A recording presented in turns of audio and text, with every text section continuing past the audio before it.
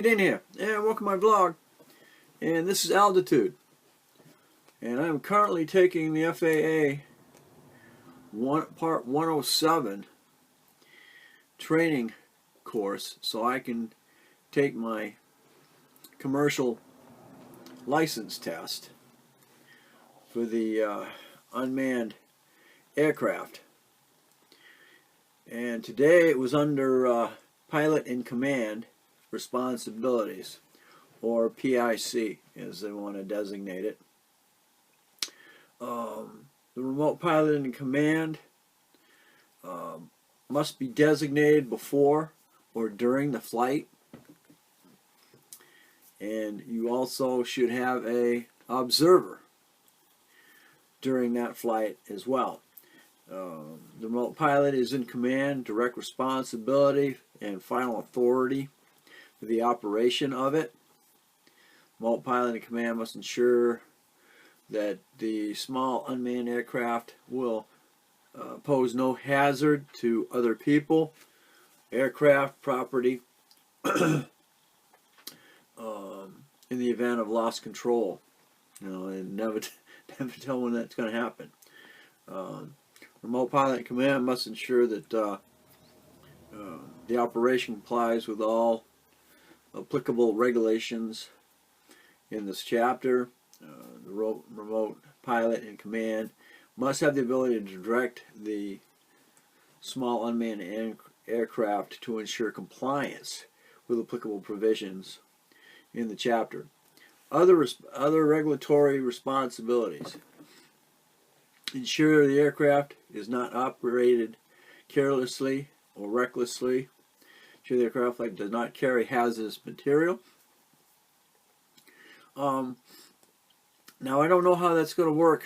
I know that they're starting to use the drones on farms now, and being able to spray fertilizers and stuff like that. So I don't know how that's, whether you're going to have a special permission to do that, because I know that's going to be something in the future here. So and this is the commercial license that you need to do that.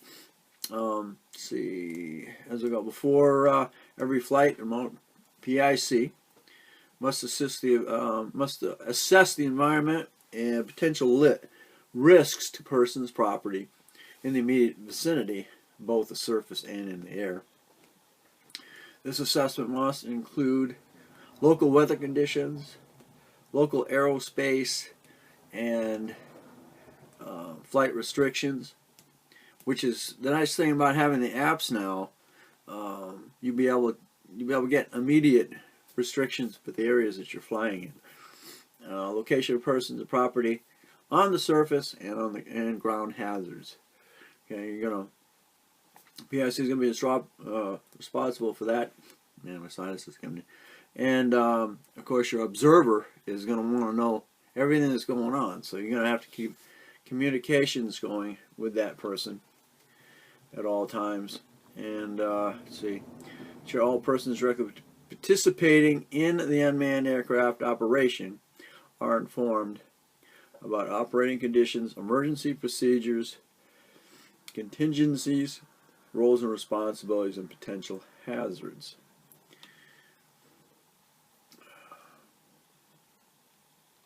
Safe operation. And the nice thing about this course is it does have the visual about it. Sunrise, except for lap. Okay. But there are several. So it is video as well as read in here. Next was hazardous operations. Hazardous operations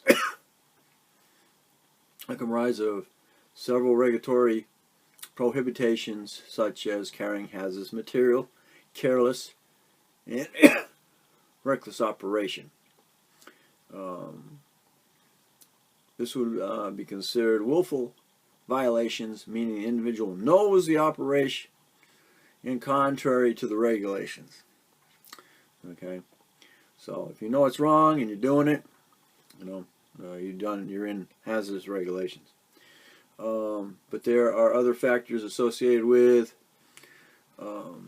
USA operations that aren't easily recognized yet can create hazardous situations. Hazardous altitudes, you're limited to 400 feet, okay? But you also have to know where your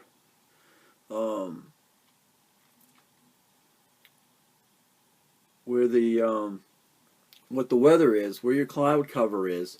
Again, you can fly within 500 feet of clouds. So again, if cloud cover is at 800 feet, you can only fly to 300 feet. You got to keep a 500-foot difference in your flight. Also, when you're flying around structures, you got to remember that you can fly 400 feet above that, but you still have to stay within 400 feet of that structure at all times. And that goes with, mountain terrain and stuff like that. And of course, everything's right on your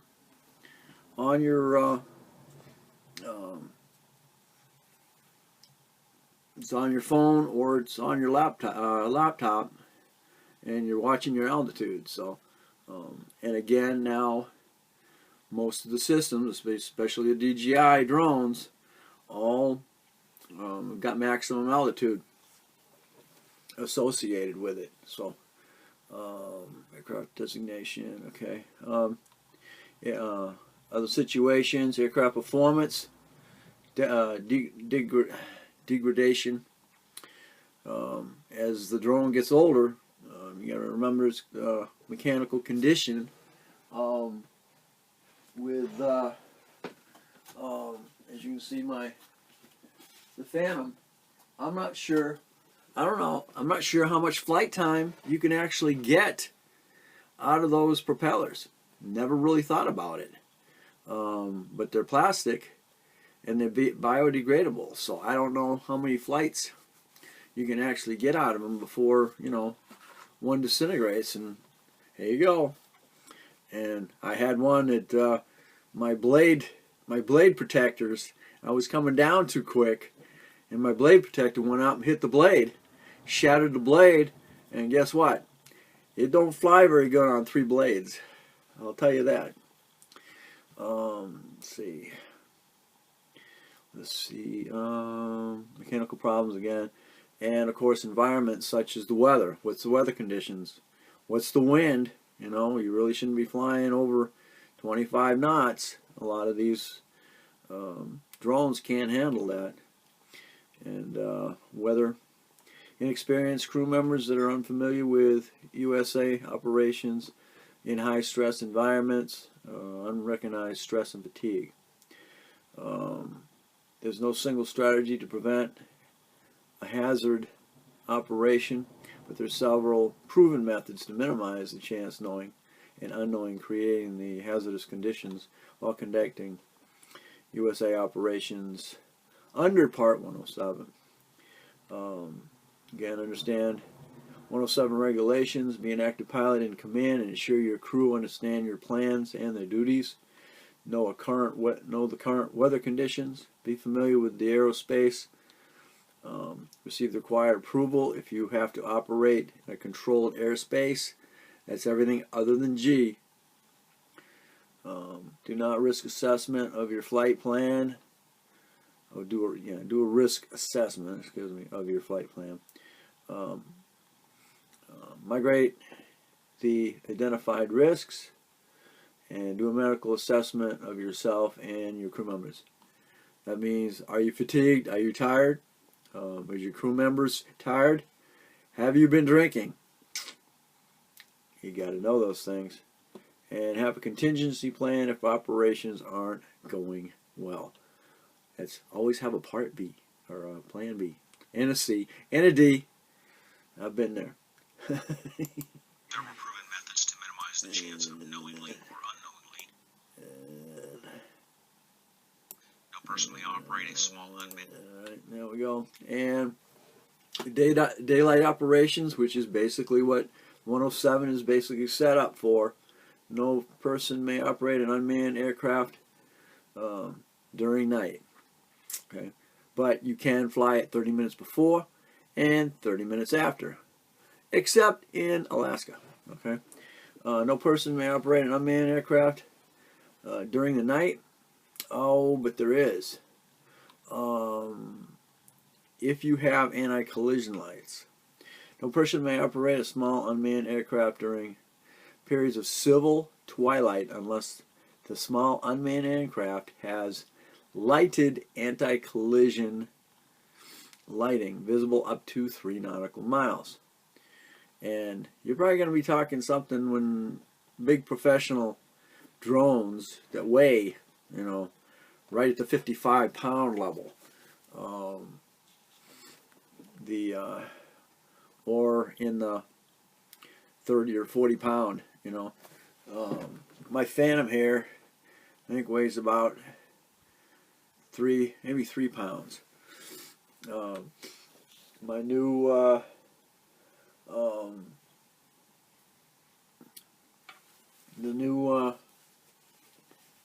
Mavic. The new Mavic probably weighs about 1.5 pounds. So those aren't going to have anti-collision lights on them. You're going to be talking the big boys, 4 or 5 motors. All right, and its intensity. And remote pilot and command may reduce the intensity of the anti-collision lighting if he or she determines the need to because of operating conditions. It would be in the interest of safety to do so. Civil twilight refers to morning begins 30 minutes before official sunrise and ends at official sunrise, except in Alaska. Evening civil twilight begins at official sunset 30 minutes after official, except in Alaska. Periods of sunset are defined. Let's see. In Alaska, the periods of civil twilight is defined in the Air Almanac. Alaska. I've been there. I spent 6 months there. Spent the summertime into the winter, and it's sunny at midnight. Put it that way. So, and it's dark in the morning. Let's see, you worked all day in the dark, and then you're trying to sleep at night in the light.